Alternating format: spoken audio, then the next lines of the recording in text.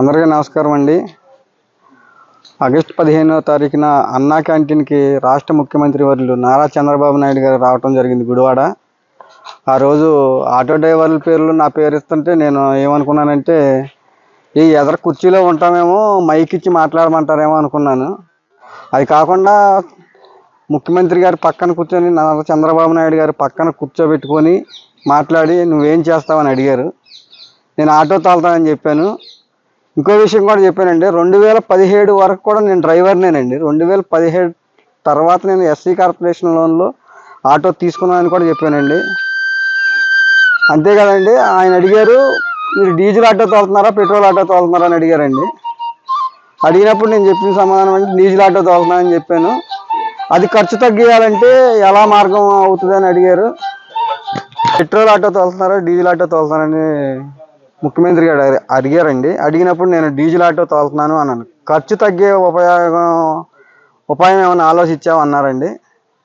అడిగినప్పుడు లేదండి, నేను దీన్ని తోలుకుంటా పిల్లల్ని చదివించుకుంటానికి సరిపోతుందండి, దాని ఆలోచన చేయలేదు అని చెప్పాను. అప్పుడు దాన్ని ఎలక్ట్రికల్ ఆటోగా మార్చడానికి నీకేమన్నా తెలిసిన వాళ్ళు ఉన్నారు, నీకేమన్నా ఐడియా ఏమన్నా ఉందా అని అడిగారు. దాని గురించి నాకు ఎటువంటి ఐడియా లేదండి, కానీ అది కొనాలంటే కాస్ట్ ఎక్కువ అవుద్దని చెప్పానండి. నేను సుమారు 3 లక్షలన్నర 4 లక్షలు ఉంటుందని చెప్పాను. చెప్పినప్పుడు కలెక్టర్ గారిని పిలిచి ఇతను గురించి ఆలోచించండి, అది కన్వర్ట్ చేయటానికి ఏమైనా కుదురుద్దేమో, ఆ ఇంజిన్ తీసేసి బ్యాటరీ పెడితే ఏమన్నా అవుద్దేమో అని మాట్లాడమన్నారండి. తర్వాత ముఖ్యమంత్రి గారు సభ అయిపోయినాక వెళ్ళిపోయారండి. కలెక్టర్ గారు నన్ను పిలిచారు. పిలిచి చాలా చోట్ల ఫోన్ చేశారండి, ఇంజనీర్లకు కానీ ఈ ఆటో మొబైల్ వాళ్ళకి ఫోన్ చేసి ఇలా మార్చడం కుదురుద్దా అని అడిగారండి. అడిగినప్పుడు అది ఇంకా మన రాష్ట్రంలో ఇంకా రాలేదంటండి.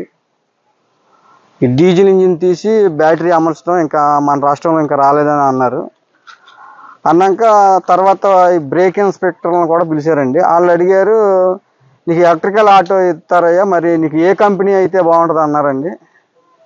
అప్పుడు నేను తోటి డ్రైవర్లను కనుక్కుంటే అప్పి బ్యాటరీ బండి బాగుంటుందని చెప్పారు. అది తీసుకుంటానని చెప్పాను. అది గుడివాడలో కూడా లేకపోతే గుంటూరు నుంచి రప్పించినట్టున్నారండి. సమయం 8 ఆ టైం అయింది. అది వచ్చేసరికి కలెక్టర్ గారు కూడా వెళ్ళేటప్పుడు ఒక మాట చెప్పారండి, ఏ టైం అయినా బండి వేసుకొని ఇంటికి వెళ్ళమన్నారు, మిమ్మల్ని బండి తీసుకొని ఇంటికి వెళ్ళమని చెప్పారండి. ఆ బండి వేసుకొని నేను ఇంటికి వచ్చానండి. తర్వాత అది ఛార్జింగ్ పెట్టుకుంటాక ఛార్జింగ్ మిషన్ అవన్నీ ఇచ్చారండి. అవి కూడా ఇప్పుడు వైర్లు లాగుతున్నారు. ఎలా ఫీల్ అవుతున్నావు? సీఎం గారు అంత క్లోజ్ గా మిమ్మల్ని మీ ఫ్యామిలీతో మాట్లాడి ఇప్పుడు ఆటో ఇచ్చారు, అసలు ఎలా ఫీల్ అవుతున్నావు? మామూలుగా ఫీల్ అవుతున్నా, ఊహించలేదండి అసలు. ఎప్పుడన్నా ఇప్పుడు ఎంతో మంది నాయకులను చూసాం, అన్న పని చేస్తామంటే